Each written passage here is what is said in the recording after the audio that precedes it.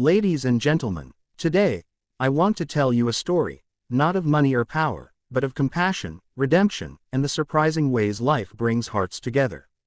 It all began on a rainy afternoon.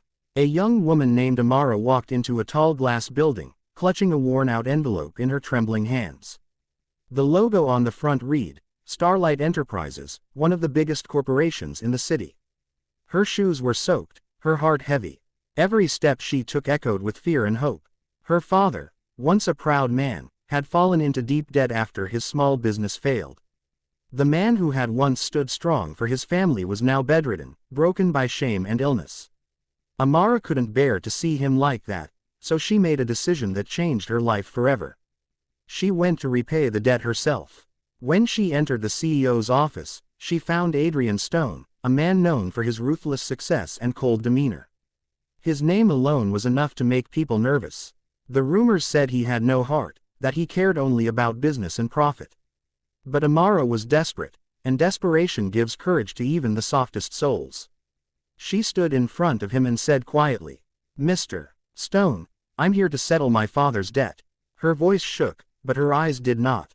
Adrian leaned back in his chair, studying her. There was something different about this girl, something real, something honest. She wasn't there for herself. She was there because of love. "How do you plan to settle it?" he asked. She handed him the envelope. "This is all I could gather. It's not enough, but I'll work, I'll do anything to repay the rest." He looked at the small bundle of money, so little compared to the massive debt her father owed. For a long moment, he said nothing. The silence was heavy. Then, slowly, he pushed the envelope back toward her. "You don't owe me this," he said. She stared at him, confused. "But, my father," Adrian interrupted softly, "you owe me nothing, except dinner together." Amara blinked, speechless. She didn't understand. Was he mocking her? Was this another cruel joke from a man of power? But his eyes told a different story, eyes that, for once, weren't cold. They carried a strange warmth, as if they too remembered what it meant to be human. "Why dinner?" she asked hesitantly. "Because," he replied, "sometimes people forget what it's like to talk to someone without business in between. You reminded me of that." And that night, Amara found herself sitting across from the most powerful man in the city, not as a debtor, but as a guest. The dinner table wasn't filled with luxury, it was filled with quiet curiosity.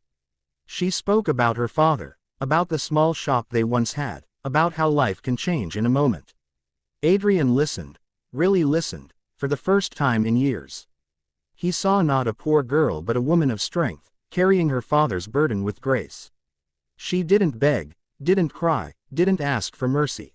She stood tall, with dignity. And that dignity moved him in a way that money never could. That dinner changed them both. For Amara, it was a lesson, that kindness can come from the most unexpected places.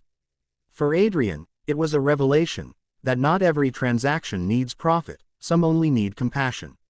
Over the next few weeks, Adrian found himself thinking about her, the simplicity in her words, the courage in her eyes. He invited her again, under the pretext of discussing the repayment. But deep down, he knew, it wasn't about money anymore. He started to help her father quietly, sending doctors, paying for medicines, all without letting her know. And when she finally discovered the truth, she went to confront him. "Why are you doing this?" she asked, standing in his office again. Adrian smiled, faintly. "Because your father gave me something I didn't know I was missing." "What's that?" she whispered. "A reason to care again." The walls that had surrounded his heart for years slowly began to fall. Behind the title of CEO was a man who had once loved and lost, a man who had forgotten how it felt to be understood. And Amara, the girl who came to pay her father's debt, became the one who paid his soul back in full. But life isn't a fairy tale. Rumors began to spread in the company. People whispered that the CEO had fallen for a poor girl.